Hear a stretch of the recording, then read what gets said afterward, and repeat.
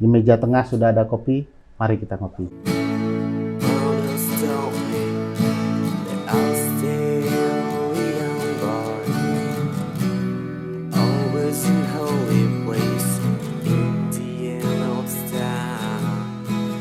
I hope bless me. Baik, Feb, tadi banyak hal disampaikan oleh Febri mengenai tugas, fungsi, syarat jadi juru bicara.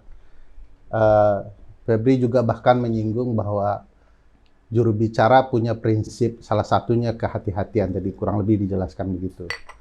Nah, pertanyaannya, pernahkah seorang Febri Diansah terpleset gitu ya, menyampaikan statement dan kemudian harus diperbaiki? Bagaimana cara memperbaikinya? Kan ada marwah kelembagaan juga dijaga dan segala macamnya, agar kemudian hal yang semestinya tidak benar, jadi benar ke tengah publik. Bisa jadi yang terpleset itu bukan Febri Diansahnya kan, tapi pimpinan atau orang lain begitu di kelembagaan. Bagaimana cara Febri Diansah kemudian membenahi itu dan menatanya agar publik tidak salah paham dan relatif bisa menerimanya? Salah satu poin yang paling mendasar adalah penyampaian informasi yang benar. Jadi ada satu prinsip ketika saya baru masuk di Biro Humas sekitar tahun 2016 begitu, akhir 2016, ada satu prinsip yang saya pelajari dari teman-teman di Biro Humas. Kita tidak boleh merekayasa informasi hanya untuk memoles citra. Ini sebenarnya prinsip turunan dari prinsip integritas kan, yang setiap hari kita sampaikan melalui upaya-upaya pencegahan tersebut. Tapi yang bicara itu kan manusia. Yang bisa bicara ke publik misalnya pimpinan, juru bicara, pejabat struktural, atau pihak-pihak lain yang keceplosan bicara, atau sedang acara seminar kemudian dikutip wartawan karena pada saat itu dia tidak mengetahui ada wartawan misalnya, atau memang ucapannya salah. Nah, itu kan perlu diluruskan. Gitu. Kalau itu informasi yang tidak benar, ya harus segera diklarifikasi. Apapun resikonya menutupi kebenaran atau membiarkan ketidakbenaran berlarut-larut, itu pasti akan berimbas pada kredibilitas lembaga. Jadi tetap harus disampaikan. Tapi mungkin metodenya bisa berbeda-beda. Misalnya dengan menjelaskan terlebih dahulu ke teman-teman media, menjelaskan konteksnya sebenarnya adalah, penjelasannya bisa lebih panjang, yang tidak dikutip misalnya, agar teman-teman jurnalis juga memahami apa sih konteks besar dari persoalan ini, posisi KPK berada di mana, dan apa yang penting kita lakukan kalau memang kita mau jagain KPK. Gitu kan. Nah, itu hal yang penting dilakukan kalau kekeliruan itu atau informasi itu bias. Bias ini kan bisa bias dari yang bicara, bisa bias di pendengar, bisa bias di saluran komunikasinya. Bahkan di saluran komunikasi itu bisa ada noise atau gangguan-gangguan proses distribusi informasi itu. Nah, kita harus identifikasi ini persoalannya di mana. Kalau persoalannya di tafsir pendengar atau penerima pesan, ya harus dijelaskan lagi. Kalau persoalannya pada pemberi pesan, misalnya pimpinan yang keliru, harus disampaikan update-nya. Kapan perlu, tidak perlu sungkan misalnya, pimpinan mengatakan yang benar adalah ini, atau yang akan menjadi pegangan kita adalah informasi yang ini. Jadi semacam update yang disampaikan. Kadang-kadang memang ada risiko kredibilitas kalau secara eksplisit kita katakan bahwa misalnya juru bicara bilang yang disampaikan pimpinan itu salah gitu kan. Agak sulit bagi posisi juru bicara untuk menyampaikan se-eksplisit itu. Tapi informasi yang benar tetap harus disampaikan bagaimanapun caranya. Berapa persen sih per tahunnya kira-kira menurut Febri Diansah potensi terpleset ini dan terjadi dalam hal-hal apa saja? Cukup sering sih sebenarnya. Risikonya cukup sering ya, karena begini, tidak semua orang, tidak semua pejabat publik punya kompetensi untuk berhadapan dalam situasi yang saya bisa katakan berhadapan dengan jurnalis itu bukan situasi yang mudah gitu kan. Karena ketika yang paling sulit itu kan posisi doorstop. Makanya kalau kita lihat di acara-acara konferensi pers itu selalu ada batas. Batas fisik ataupun batas virtual itu sengaja dibuat sebenarnya untuk dalam tanda kutip untuk melindungi si narasumber, meminimalisir beban psikologisnya dari tatapan wartawan atau Pertanyaan nakal, ketakutan diri sendiri. Sebenarnya pertanyaan wartawan pasti pertanyaan soal substansi kan. Logikanya pejabat tersebut pasti paham dengan substansi yang ia kerjakan gitu kan. Tapi wartawan kan bisa bertanya apa saja dan bisa kritis, bisa pertanyaannya dadakan. Sudah Makanya makan nasi goreng atau belum gitu ya. makanya selalu ada batas real atau batas virtual. Yang tidak ada adalah kalau doorstop misalnya. Ini dalam pelatihan praktek komunikasi yang dilakukan kemarin tahun lalu pada sejumlah pejabat publik di KPK, simulasi doorstop itu adalah simulasi yang paling berat. Apalagi wartawan di KPK. Ketika Anda menyampaikan sesuatu, wartawannya banyak, bertanya sesuai dengan preferensi masing-masing media, belum selesai menjawab sudah ditanya lagi. Nah, itu yang paling berat sebenarnya, dan ini memang butuh skill. Jadi ketika ada pejabat-pejabat publik kita lihat tiba-tiba salah bicara ketika doorstop dengan wartawan, sebenarnya itu sering sekali terjadi dan potensinya akan sangat sering, dan juru bicara bersama humas sebenarnya itu perlu meminimalisir ini atau mencarikan mitigasi risikonya seperti apa. Artinya seorang juru bicara tidak hanya sosok yang capable menjelaskan kasus korupsi, memahami kasus yang sedang terjadi, tetapi juga bisa memitigasi potensi kesalahpahaman terhadap lembaga, sekaligus juga orang yang bisa menghandle publik luas yang diwakili oleh media. Nah, mencari orang seperti ini susah kan? Tapi ada jutaan orang yang mungkin punya kompetensi. Pertanyaannya begini, KPK itu mencari sosok jubir keluar, padahal di dalam sudah ada. Jadi proses seleksinya itu ada dua, di internal dan di maksudnya eksternal. tidak hanya Febri Diansah, tetapi kan Biro Humas punya orang yang sudah berhari-hari bertemu Febri Diansah, diskusi, mungkin think tank-nya Febri Diansah punya kapasitas itu, kok dicari keluar? Apakah pimpinan tidak percaya dengan teman-teman yang ada di dalam?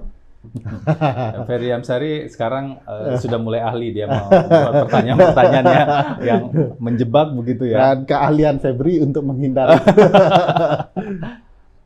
Kami wajib melakukan seleksi secara terbuka. Itu prinsip dasarnya. Justru seleksi itu harus dibuka di eksternal dan internal. Saat saya diangkat menjadi juru bicara 2016, seleksinya sebenarnya sudah dilakukan sejak tahun 2015 begitu ya. Saya masuk KPK 2013, sekitar 2015 akhir seleksi itu dilakukan, dan yang dibuka adalah di internal dan eksternal. Jadi waktu itu yang paling banyak mendaftar, saya ingat saya itu di 2 jabatan. Kepala Biro Humas dan Kepala Biro Sumber Daya Manusia. Dari eksternal banyak, dari internal juga banyak. Nah, proses seleksi dilakukan memang idealnya terbuka. Tapi apakah yang terpilih dari internal atau eksternal? Nanti kan ada tahapannya. Kami bekerja sama dengan lembaga konsultan di luar KPK untuk melakukan proses-proses awal agar jauh lebih objektif. Jadi sampai dengan tahap kompetensi misalnya, jadi sudah dipotret bagaimana kompetensi dasar atau kompetensi keahlian dari masing-masing calon ini, barulah tahap akhir wawancara itu dilakukan bersama user. Saya dulu wawancara bersama 5 pimpinan, disuruh memaparkan bagaimana konsep menjadi kepala Biro Humas dan konsep menjadi juru bicara. Nah, harapannya proses itu bisa meminimalisir aspek subjektivitas siapapun yang nanti jadi juru bicara. Tapi memang tidak enak menjadi juru bicara kalau dilihat dari apa yang ada di belakang layar. Jangan hanya berpikir menjadi juru bicara ketika melihat muncul di TV, muncul di dialog, tetapi banyak hal di belakang layar yang mungkin perlu dipertimbangkan baik-baik begitu dari awal. Meskipun sangat menantang ya.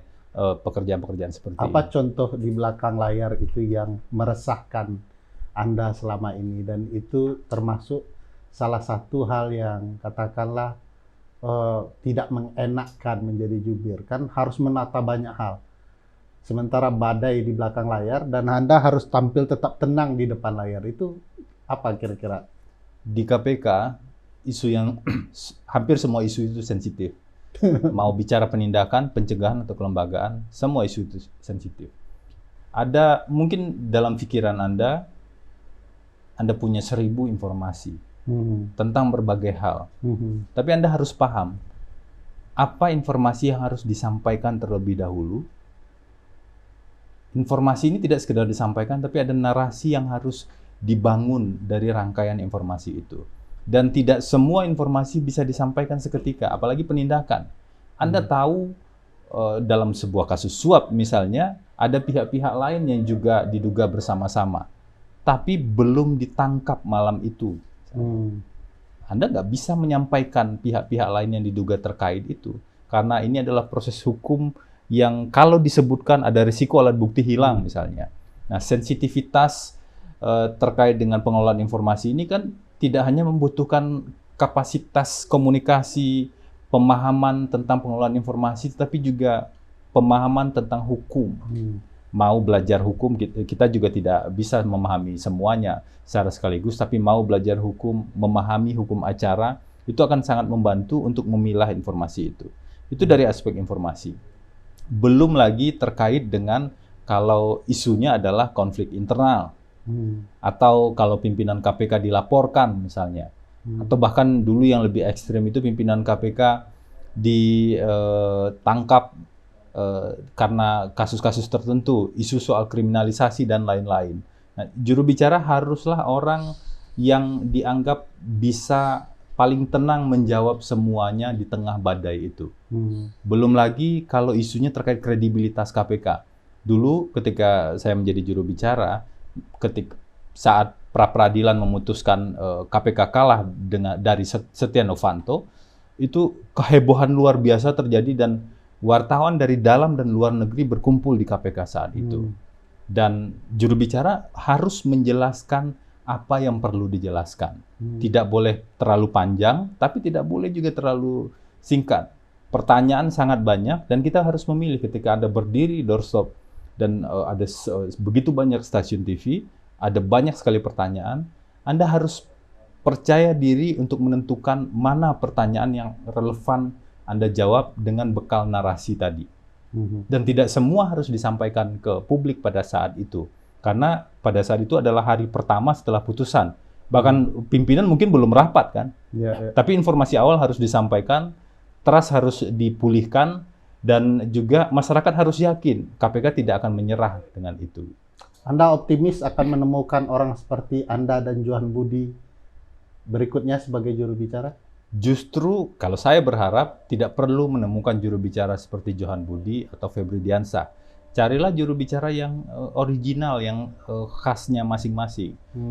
Meskipun saya dulu belajar banyak dengan Mas Johan di tahap-tahap awal, karena Mas Johan adalah wajah KPK itu ya di Johan Budi di tahun-tahun awal.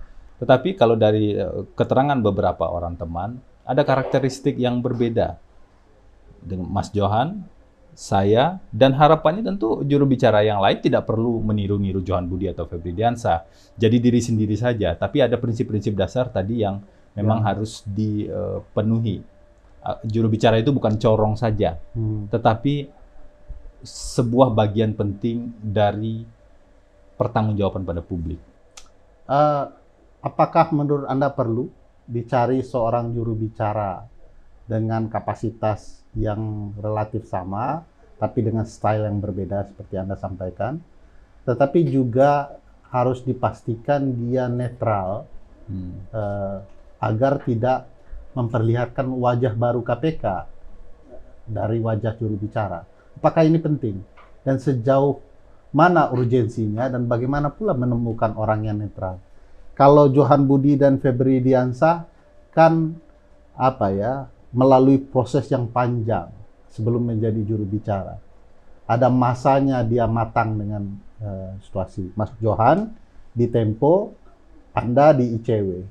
Nah, kalau misalnya ada yang matang di tempat lain tapi katakanlah tidak netral ya, mantan anggota partai, mantan anggota polisi mungkin netral ya, tetapi mungkin apakah tepat di KPK atau tidak juga perlu dipertimbangkan. Bagaimana kemudian untuk memastikan wajah baru KPK di depan layar itu? Netralitas itu penting sekali ya, sama pentingnya dengan independensi. Juru bicara bagaimanapun juga dia tidak boleh menjadi dalam tanda kutip skoci atau bukan skoci ya, seperti yang saya sebut tadi perpanjangan tangan, apalagi menjadi boneka dari pihak lain. Jangan sampai juru bicara seperti itu, karena juru bicara kan dia akan membawa wajah KPK kemanapun dia pergi. Wajah KPK itu ya wajah yang memenuhi nilai-nilai di KPK. Salah satu prinsip nilai keadilan misalnya, dia harus berada di tengah, dia harus adil memahami persoalan, tidak boleh punya preferensi khusus, minimal tidak terlihat punya preferensi khusus begitu ya, dan prinsip-prinsip yang lain. Saya tidak bicara soal optimis atau tidak akan menemukan itu, tapi proses ini kita harapkan bisa membuka jalan karena prosesnya akan terbuka. Proses terbuka jauh lebih baik daripada proses tertutup. Saya sangat percaya itu. Dulu ketika saya diwawancarai oleh konsultan eksternal sebelum wawancara dengan pimpinan KPK, konsultan itu bilang, kami beberapa kali melakukan proses seleksi, jadi tidak sekali berhasil juga setelah Mas Johan selesai menjadi juru bicara. Ada 1 atau 2 kali jabatan itu dibuka dan tidak bisa mendapatkan juru bicara. Tapi harapannya tentu akan lebih efisien kalau sekali bisa dapat ya. Saya tidak bisa jawab saya optimis atau pesimis soal itu, tapi prosesnya harus dilalui. Sebelum kita mengurai soal bagaimana menemukan juru bicara yang kredibel dan independen, karena di meja tengah sudah ada kopi, Feb, mari ngopi dulu. Promise don't